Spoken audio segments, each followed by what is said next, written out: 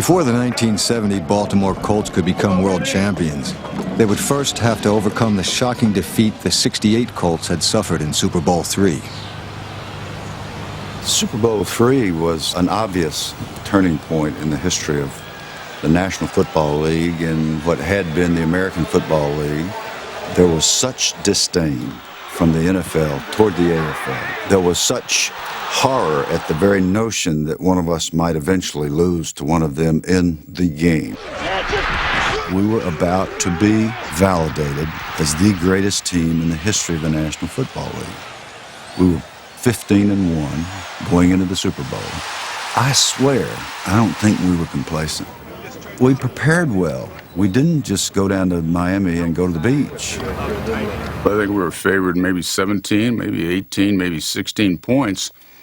And the AFC was some schlep league. And Namath is picking this vaunted Baltimore secondary to pieces right now. He may go, and he's in there. Snell scores. There's the throw, and it is intercepted. This game is over. The New York Jets are the world champions in a stunning upset. They have beaten the Colts handily here today. Coach Don Shula's team had been handed the most stunning loss in Super Bowl history. It was one of the best teams I ever played with, and we lost to somebody that we would beat 8,000 times after the Super Bowl. It was humiliation, to be kind. After the game, the team gathered at the Miami estate of Colts owner Carroll Rosenbloom. It was supposed to be a victory party at Carroll's house. And we all went over, the whole team. I was at the party. Yes, indeed, he had my relatives down there and everything. I got drunk. Something possessed me to walk up to Mr. Rosenbloom, and to this day, I don't know why I did it, but I said, I want to tell you one thing, Mr. Rosenbloom. We will get back here and we will win, I promise. It was well known that Carroll was upset, and who are you going to get upset with? The head coach. I don't recall ever reading anything publicly that Rosenbloom had said that was disparaging to Shula, but I think there was an undercurrent of that. It was the biggest embarrassment of his career to lose the Super Bowl for the first time to an AFL team. I mean, I know it really hurt Carroll. Usually Mr. Rosenbloom didn't say anything to the team, but he met with us, and I have a vivid memory of the meeting, and he stood right next to Don Shula, and he said, now, men, I'm not in this business to be humiliated and embarrassed, to come in second place, ever. I've already fired one coach who won 2 world championships for me. I want you to understand that I'm interested in one thing. I'm interested in dominance and the world championship. Are there any questions?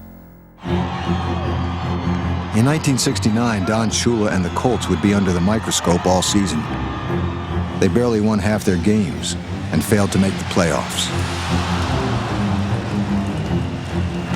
Inside of you? Outside of him. Wide, don't get taken down. Wide, shoot. Huh? All right, that's wide. Get wide, don't get taken down. It wasn't the same. Nothing was the same. You always pay attention to details, and we didn't do that year. Maybe it was the residual effect of Super Bowl III. By the end of 1969, communication between Shula and Rosenbloom was virtually non-existent. Taking advantage of the strained relationship was Miami Dolphins owner Joe Robbie, who was in the market for a new head coach. Carroll Rosenbloom was in the Orient vacationing, and Steve Rosenbloom, his son, got a call from Joe Robbie, and Joe Robbie asked for permission to talk to Don Shula. Now, where it gets cloudy from that point on is, did Steve Rosenbloom say, yes, you can talk to him, or I have to wait till my father comes back? We don't know.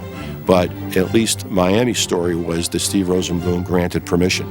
When Carroll came back, he said Steve isn't authorized to give permission, and I'm denying it. This is, I think, probably after Shula had already been appointed the head coach at Miami. So he contested it, and Pete Rozelle gave us their #1 draft choice because of the confusion surrounding this. And I think we just had 3 intractable egos there with Joe Robbie, Carroll Rosenblum, Don Shula, 3 really hard-nosed, tough guys, competitors, and I don't think any of them ever apologized to anybody, and I doubt if they ever would have, were they all still living. After waiting more than a month, Rosenblum selected longtime staff assistant Don McCafferty to be the Colts' new head coach. This afternoon, we're just going to start out with a regular practice and play catch-up football mentally for them. We're going to throw a lot at them, and these are men who've been through this before, and it shouldn't be too much problem for them. I think he went with McCafferty because the team was driven through Unitas's eyes, and I think that having a quarterback coach, somebody who, ran the game through the quarterback, although nobody ran the game for John, but worked with John, was probably a good choice. It's a perfect guy for that team, having gone through the turmoil of Super Bowl III and the turmoil of losing Shula. Well, I think he might have been a salve, kind of calm things down a little bit. You didn't want to have a stone thrower or a whipper comes up beating up people. If Shula was going to leave, bring somebody that had a calming influence. Mac would do some things that other head coaches would have never done. He would sit down and play a hand of poker and throw in a couple of bucks. He was such a nice guy that you didn't want to play bad and disappoint him to a point where he could possibly lose his job. Some of the players on the team thought he was lax. He wasn't lax. We practiced the same way. We practiced just as hard as we did with Shula. We wouldn't have won all those tight games had we not worked hard.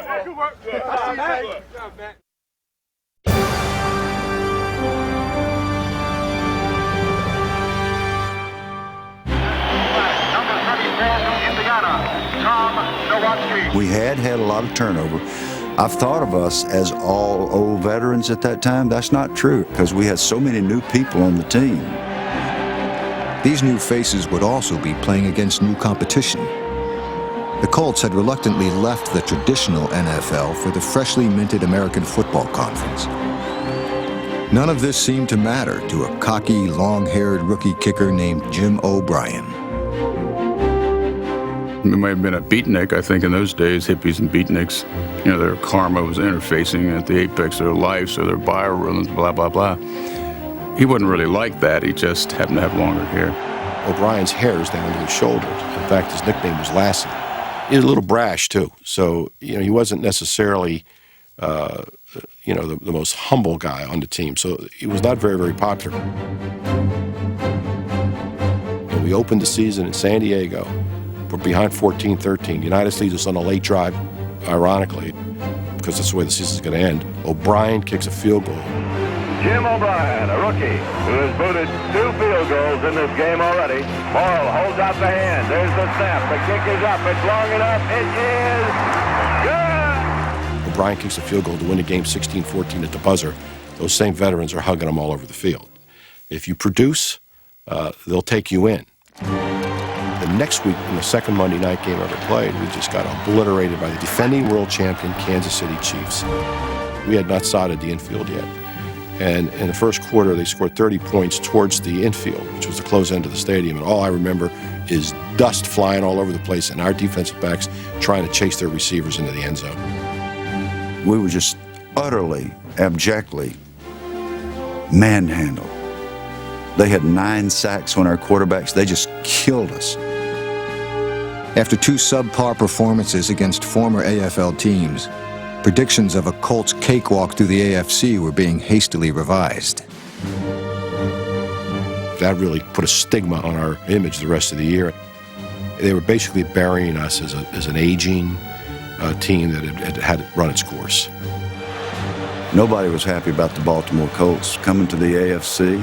And I remember going back to my teammates saying, you know what, we better buckle it up. I think these guys are coming after us. I think they would like to humiliate us.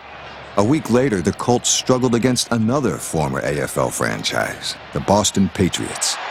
In the fourth quarter, a familiar face came to their rescue.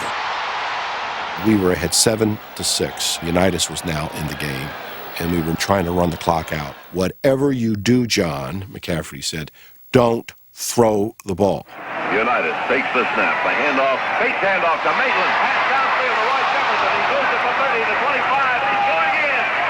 And the Colts broke it open quickly with a 55-yard scoring play. That was the famous close-up of McCafferty. I don't think 100% seriously cursing John as John walked to the sidelines. But that was John. Whatever you do, John, don't throw the ball. That's exactly what John was going to do. In Houston, Unitas came from behind twice with touchdown passes to Roy Jefferson. Unitas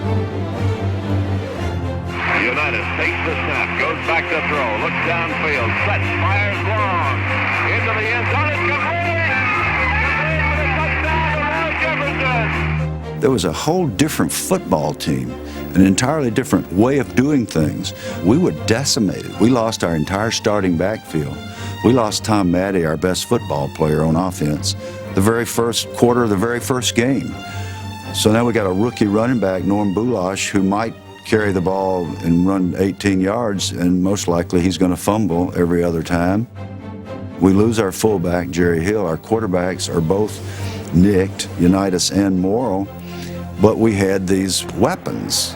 We had Eddie Hinton and Roy Jefferson at wide receiver, both of them great athletes. That's when you started seeing a lot of trickery. That's when you started seeing gadgets. The main job of an offensive play caller is to get the football in the hands of your best players maximum number of times.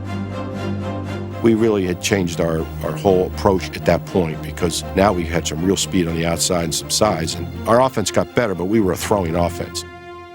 So were Joe Namath's New York Jets, who the Colts would face for the first time since their devastating defeat in Super Bowl III. We knew what was going to happen. Everybody knew what was going to happen on the team. I imagine they knew it too. We're going to kick their ass. Goes back to throw on first down, and it's batted down by Bubba Smith, and then intercepted by Jerry Logan going into the end zone for a touchdown. I could beat the Jets 1,000 times by 100 points. It would never make up for that lost Super Bowl. But this being the first game, coming to play the Jets, I just wanted to kill them. Namath back to throw again. Intercepted by Bob Grant down the sideline to the 10, or 5, and he's going to touchdown. This game, to me, is what turned the whole season around. I think it basically put us in the driver's seat. And I think from that point on, we were a different team. With the Jets out of the way, Baltimore fans turned their attention to the next showdown opponent on the schedule, the Miami Dolphins, and the return of the Colts' former head coach. The people in Baltimore, they knew the schedule better than I did. When they said, what are we going to do against Miami next week? I said, is that who we playing? They wanted to win it because it was Shula. It all came back to Shula. I've missed Baltimore and I've missed the fans on 33rd Street, and I'm sure I'm going to get a different experience with the fans on 33rd Street tomorrow. Just glad to see he was back in town because I like Don a lot. It wasn't going to impact how I played the game, whether I would become more aggressive because Don's back in town. I wasn't into that. Maybe Rosenblum might be more aggressive or talk more aggressively, or all the fans might be hissing and throwing tomatoes. I think McCafferty might have said something like, you know, CR would really like to win this one. And I think everybody would laugh.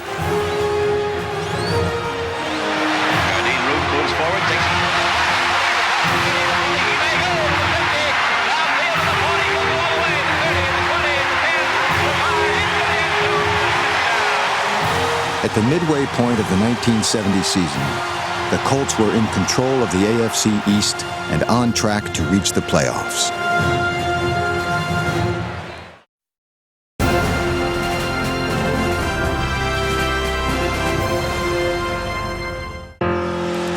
Among the members on the 1970 Colts, Bill Curry was one of many active participants in the Players Association. That summer, teammate and union president John Mackey joined with Curry and the rest of the rank and file to organize a strike, protesting labor issues with league management. The strike lasted probably a week. It was the first week of training camp, Basically, the entire league honored the strike except one player. At least only one prominent player broke the strike day one of reporting day. That was Mike Curtis. As nice as Bill Curry may make comments about me, you have to remember that he was a union guy, and he was rooming with a scab that was particularly stressful for him. My view was asked to report to work, and they were paying me more than I ever thought they should ever pay me. I was asked to report to work, so I go to work. I was naive about that, I'm sure. Mike's my roommate. We discussed this whole situation at length, and he's doing what his conscience dictates is the right thing. There'll be no resentment on my part.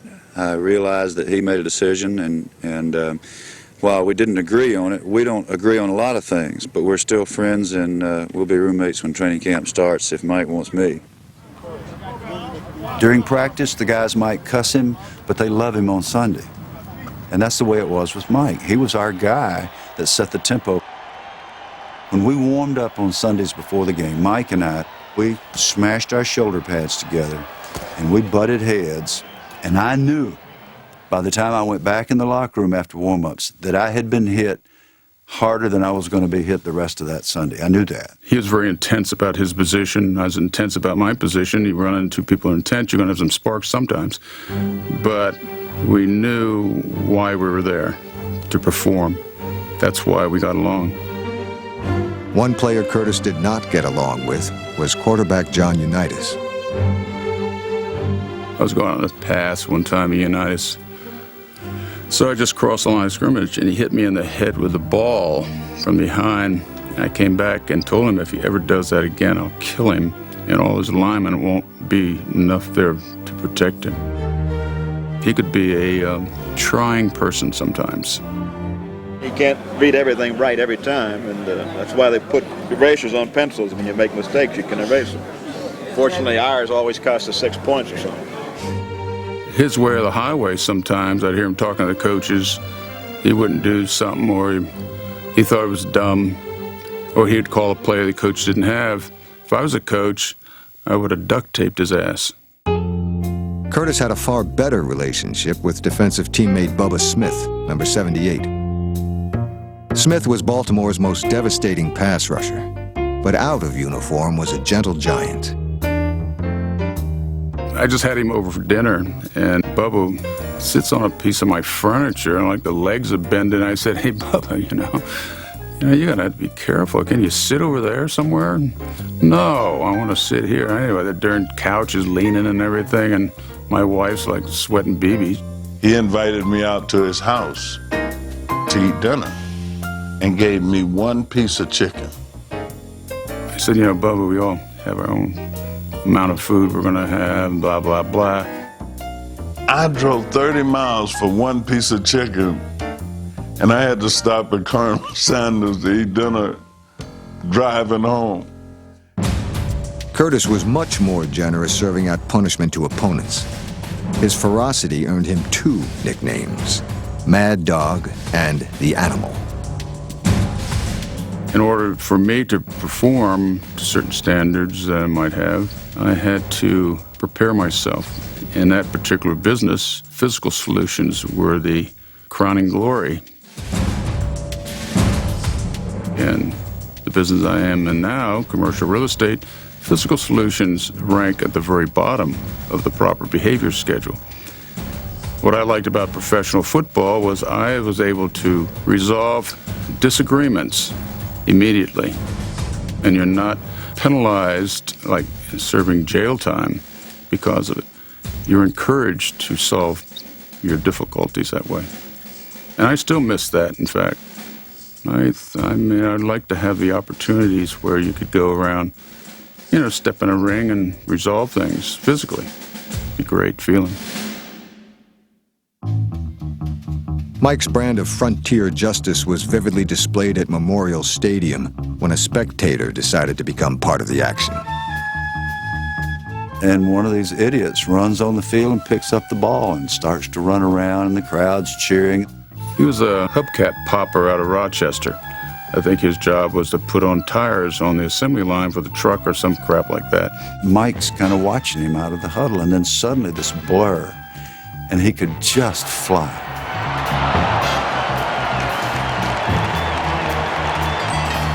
So I just gave him a flipper.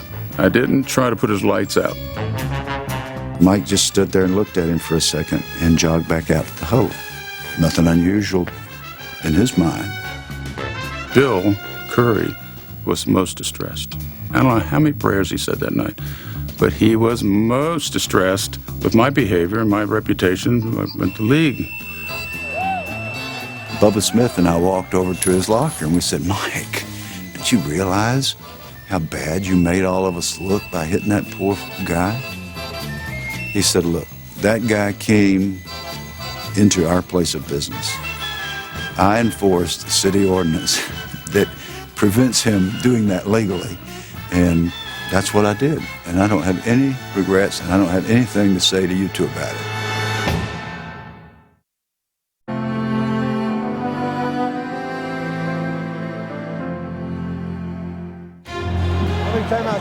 In mid-November, the division-leading Colts began to stumble, beginning with a lackluster tie against the lowly Buffalo Bills. Drops back to throw, looks down, fires right side. It is complete for the touchdown to Marlon Briscoe. The next week after the Buffalo fiasco, the tie, we go down to Miami, and this time they are ready for us. We didn't play a good game.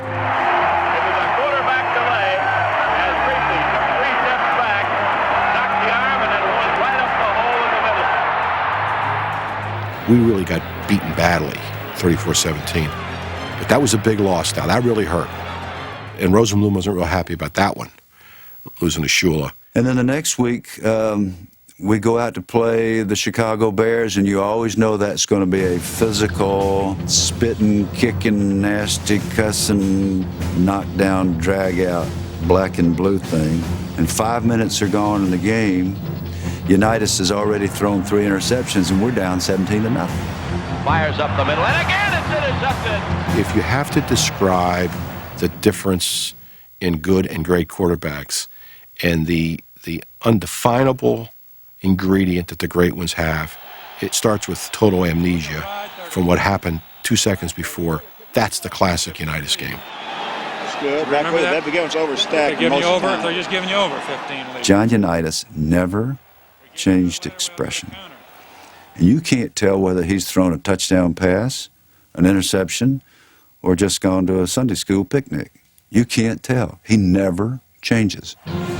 We keep playing, we keep plugging, and as was our wont, we managed to scramble around and find a way to get back in the game. Well, I think the draw, that might have held him on it. Was you open on it, too? No, I wasn't open. No, I'm just saying that I can beat my... The last offensive play of the game is a double zone with a busted coverage, and there's John Mackey alone. He was not the primary receiver. Fires another one, it's complete to Mackey, and he may go, he is going all the way for the touchdown. And here's the other thing I remember. John Unitas runs off the field. He still hasn't changed expression. Business as usual. And that's why we were able to hang in there and win these difficult games. The Bears, that was a wake-up call for us. We knew that we had to start playing better. Something is wrong. So now we got to regroup. The night before their game with the Philadelphia Eagles, a players-only meeting was held. The keynote speaker was a reluctant but angry Mike Curtis. This was the last chance I had to do something. So, I hate doing that. I don't like to be public about that stuff, but I needed to take care of business. Mike had never made a speech, and he stood up and he said, I got a couple of things to say. We haven't been the kind of football players that we should have been, and I just want you to know one thing. I'm watching you guys. We got 6 more games to play. We got 3 league games, then there'll be 2 games leading to the Super Bowl, and then there'll be the Super Bowl. So we got 6 games left to play. It's not too much to ask. For every man in this room, do your job. And I want you to know that if you don't do your job, I'm going to find you, and I'm going to kick your ass, personally.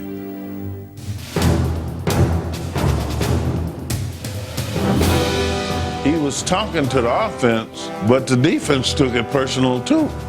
We got to do this. We couldn't afford to lose the game. The defense demolished the Eagles, and Baltimore earned a decisive victory. A week later in Buffalo, the Colts wrapped up the AFC East crown. And the pass is intercepted this time by Charlie Newton of the Colts. With that interception, just iced the Eastern Division Championship, the AFC. 2 or 3 different points during the season, it looked like we were not going to make the playoffs. They come back through all of this, and the fact that we had had a little slump and still coming on the heels of the last 2 years. Now we're back in the playoffs. Home field advantage all the way through the playoffs. We have a chance to get to the Super Bowl. There was a lot of joy.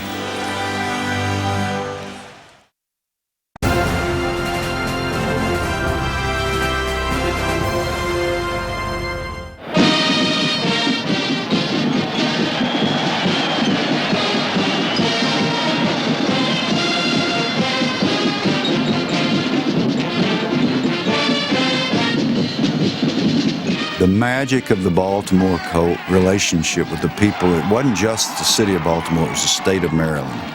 That magic has never been reproduced anywhere else. And here I am all these years later, I get goosebumps.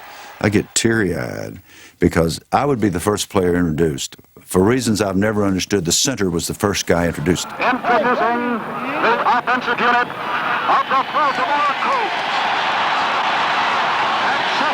Number 50 from Georgia Tech, Bill Curry. And I never knew who was going to be standing in that dugout. I'd come out the end of the tunnel, and there's Jack Nicklaus standing there because he's a buddy of Tom Maddie's. They were Ohio State. So I shake hands with Jack Nicklaus, and that fired me up just to run out on the field. It was not like any other experience I've ever had anywhere else in my sport. But it was a beautiful thing to be a part of. I'll never, ever forget it.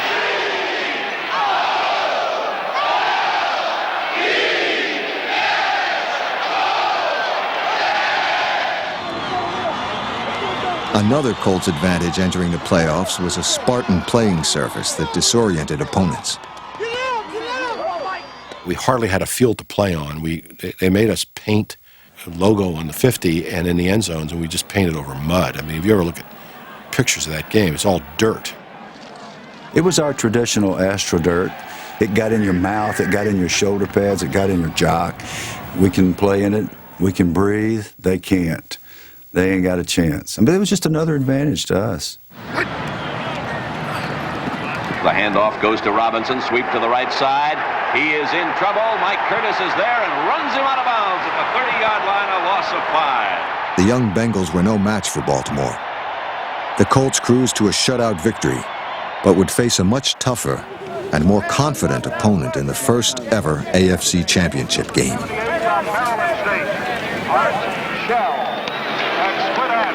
Number 81 from Texas Southern, Warren Wells. When Oakland came in town, they came in packed to go to the Super Bowl. George Atkinson said, yeah, we're going to leave here and go to Miami. I said, what are y'all going to the game? You got tickets? I said, because, man, we're going to beat the hell out of y'all. And I broke free right away and hit LaMonica, and he went down, and that brought George Blanda in. Every time you got a chance to take a lick on him, take it. And I think George was around 43 at the time. His body is not ready to take those licks.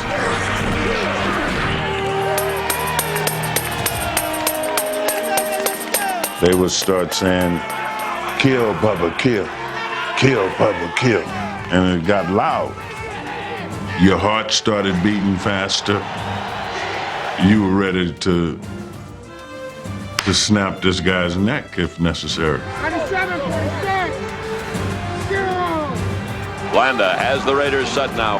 Takes the snap. Drops back to throw. Looks downfield. Bubba's got it! Nailed him at the 42-yard line. With the game still close in the final minutes, it was time once again for the old master to seize the moment. In the championship game with a 3-point lead and pretty much on our own territory, that's the formation with Ray Perkins at the fullback position. and he motions out of the backfield. Unitas throws him a swing pass. Unitas is set. Drops back to throw. He's got the time. He fires the pass. It is complete to Perkins at the 25, down the sideline, to the 20, the 15, the 10, the 5. He's in. Ray Perkins gets the TV. And that was the touchdown that gave us a 10-point lead and clinched the game. And the Trunks went back to Oakland, not to Miami. Hey, way to play, way to play, baby. Sweet, sweet. Right on. Hey, way to go, baby. Let's go, man. The Baltimore Colts, 7 seconds to go, are the AFC champions. There's the end of the ball game, and it's on to the Super Bowl now. John Sandusky, whom Mac had moved over to coach the defensive line, but formerly had been my offensive line coach. Big John Sandusky came over and just hugged me. And I remember it was terrible because he hadn't shaved, and he scratched my face big time. But it was a wonderful moment. There was a lot of emotion after we beat Oakland. We were going back to the Super Bowl, and maybe because of all the buildup of the previous 2 years and the embarrassment, I don't remember anything that anybody said. I do remember that there was more affection and emotion that day than any other day.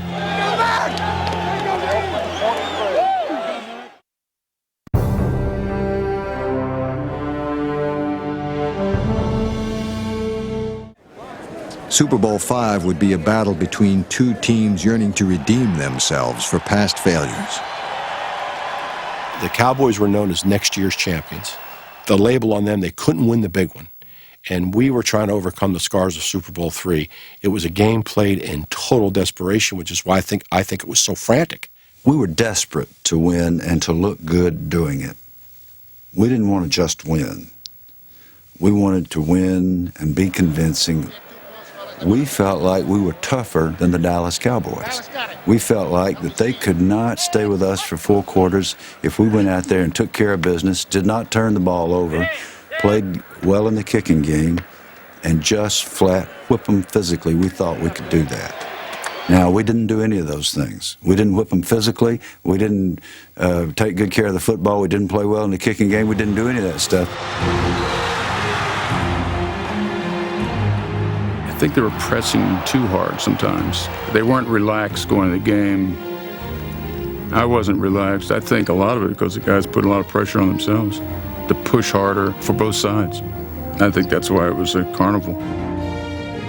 Glenn Messler, who was a terrific player and one of our better offensive linemen, came off the field and said, "George, I can't block Bob Lilly." And George said, "Glenn, you have to block Bob Lilly." And in the final analysis, Glenn did a pretty good job against, you could make a case, one of the 2 or 3 greatest defensive tackles in the history of the National Football League. It would be a wrestler block on both Lilly and another Dallas lineman that ignited the longest play of Super Bowl V. John goes back to throw again. Sets up, fires out left side. Taken by John. Goes off the fingertips of the intended receiver, bounced into the hands of John Mackey, and he goes in for the touchdown. Well, I'll tell you something about the John Mackey touchdown that nobody knows.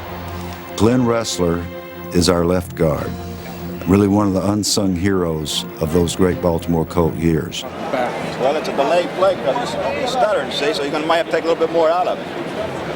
You do that? Glenn did something that's almost impossible to do. It was a great athletic maneuver. Bob Lilly, the tackle lined up over Glenn, crashes to the inside gap. Jethro Pugh loops around, and he's going to come clean, and he's going to earhole John Unitas. He's going to smash him. Glenn goes above and beyond his duty by doing somehow a 360 whirligig and cut Jethro Pugh, knocked him down so that Unitas is able to stay upright and deliver that ball. Mackey's catch tied the game at 6, but an extra point, in fact, any Jim O'Brien kicking attempt, would not be automatic.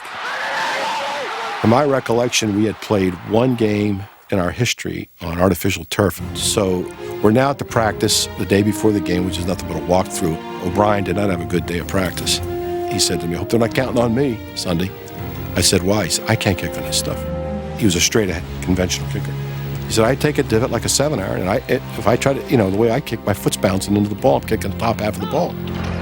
There's the snap. The kick is blocked. It is no good, and we have a tie football game. Unitas hits Mackey for the touchdown. He misses the extra point.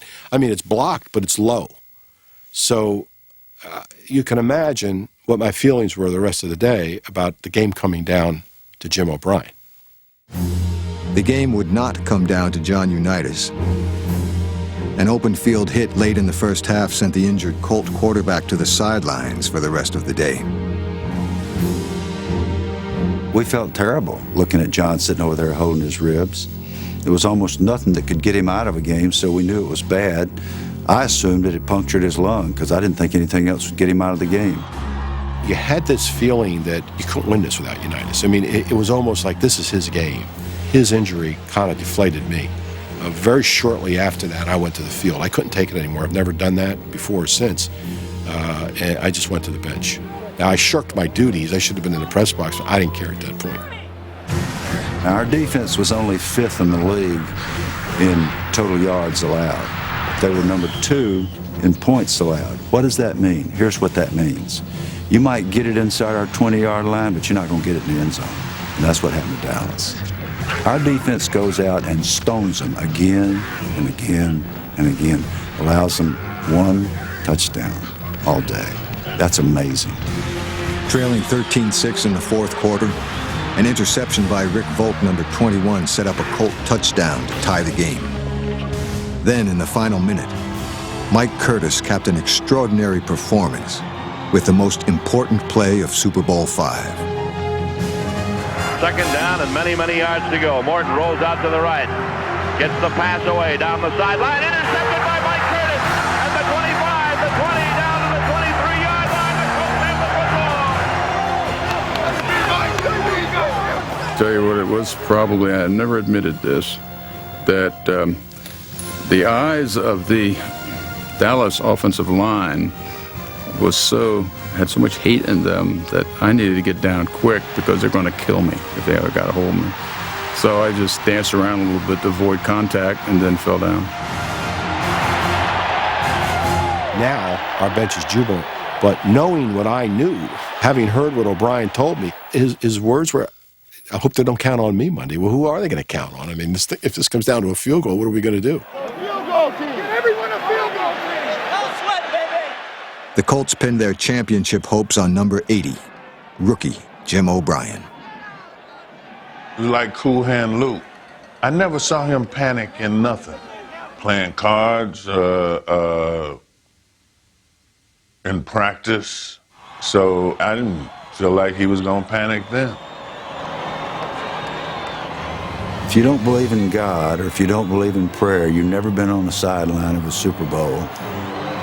We did have some prayer circles. We had some deeply devout guys who didn't always come off as such. 9 seconds showing on the clock. The Cowboys and the Colts all tied up at 13-13. We had done something that very few teams had done. We had picked up a player named Tom Good. He was an old, tough guy from Mississippi. He was really beat up, could hardly run, had been a center. But in Don McCaffrey's words, was the greatest snapper I have ever seen. Well, he's, even to this day, I would say that. I mean, they were lasers coming back there. That's all he could do. And I'm thinking, why are we carrying Good just to snap the ball? This is before we know that today you wouldn't dare have your center snap the ball. Everybody's got a snapper. Some teams have 2 snappers. And I'll never forget, when I saw that ball come back tomorrow, my first thought was, thank God we got Tom Good, because the snap was perfect. The kick is up, it is long enough, it is a 42-yard field goal by Jimmy O'Brien. It is good. He nailed that one. It went clear up into the stands. And I think you got to give a lot of credit to Jim O'Brien. He not only saved our Super Bowl rings, but he saved his locks that day, because once we got inside, Billy Ray Smith said, boys, we can't do it. We can't cut the kid's hair off. We had planned on doing just that. It was going to be fun. So we had a little ceremony and told Obi he had saved his hair. And the Baltimore Colts have won the Super Bowl.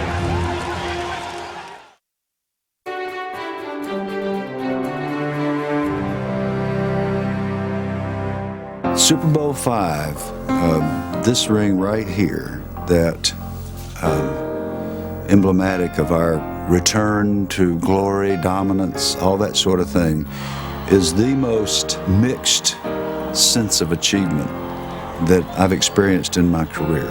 In all my years, Super Bowl V evokes from me a sense of having not carried our share of the load. I didn't feel redemption. I didn't feel like we went down there and took care of business, conducted ourselves on the field like champions. We turned the ball over 7 times. And after enduring all the slings and arrows of the previous 2 years, you would have thought we would have been near perfect that day. There is the snap. The kick is up. It is long enough. It is. Now, when he kicks the field goal, I got depressed. And the Baltimore Colts have just won themselves a Super Bowl. And I knew I was supposed to be feeling good. Finally did it, world champions. I wasn't feeling that way. I couldn't really feel as happy as I wanted to feel because I was supposed to look at my other ring from Super Bowl III and say, well, I got 2, and I couldn't do it. That loss, Christ, almost 40 years ago, is the grave baggage. Super Bowl III. I still haven't gotten over it. Doesn't help that I won 200, made a bunch of things, a bunch of war. It doesn't mean flip to me. It's losing that Jet game. Until this day, they'll have that game on, and I turn away right away. Because I don't want to have no dreams about it. 1970 remains bittersweet for Bubba Smith, Bill Curry, and Mike Curtis. Unlike other Super Bowl champions, they remain burdened by their memories. There's nothing more I can do. I leave football and move on to the future. I've worn the ring 4 times. I think I have it in the pocket of one of my suit jackets, kind of where I hide it in my house. It was the last championship for any Baltimore Colts football team. It was not the redemption that we desperately sought for what had gone before. There's almost a sense of longing. Gosh, if we could just do that again. And that's a bunch of old men wasting time. That's what that is. There's something sad about that. Maybe old competitors just never grow out of that zeal for wanting to have done your best when the heat was on, when the crucible was at its most demanding. You just can't help but wish we had done a little better. And I guess we'll go to our grave like that.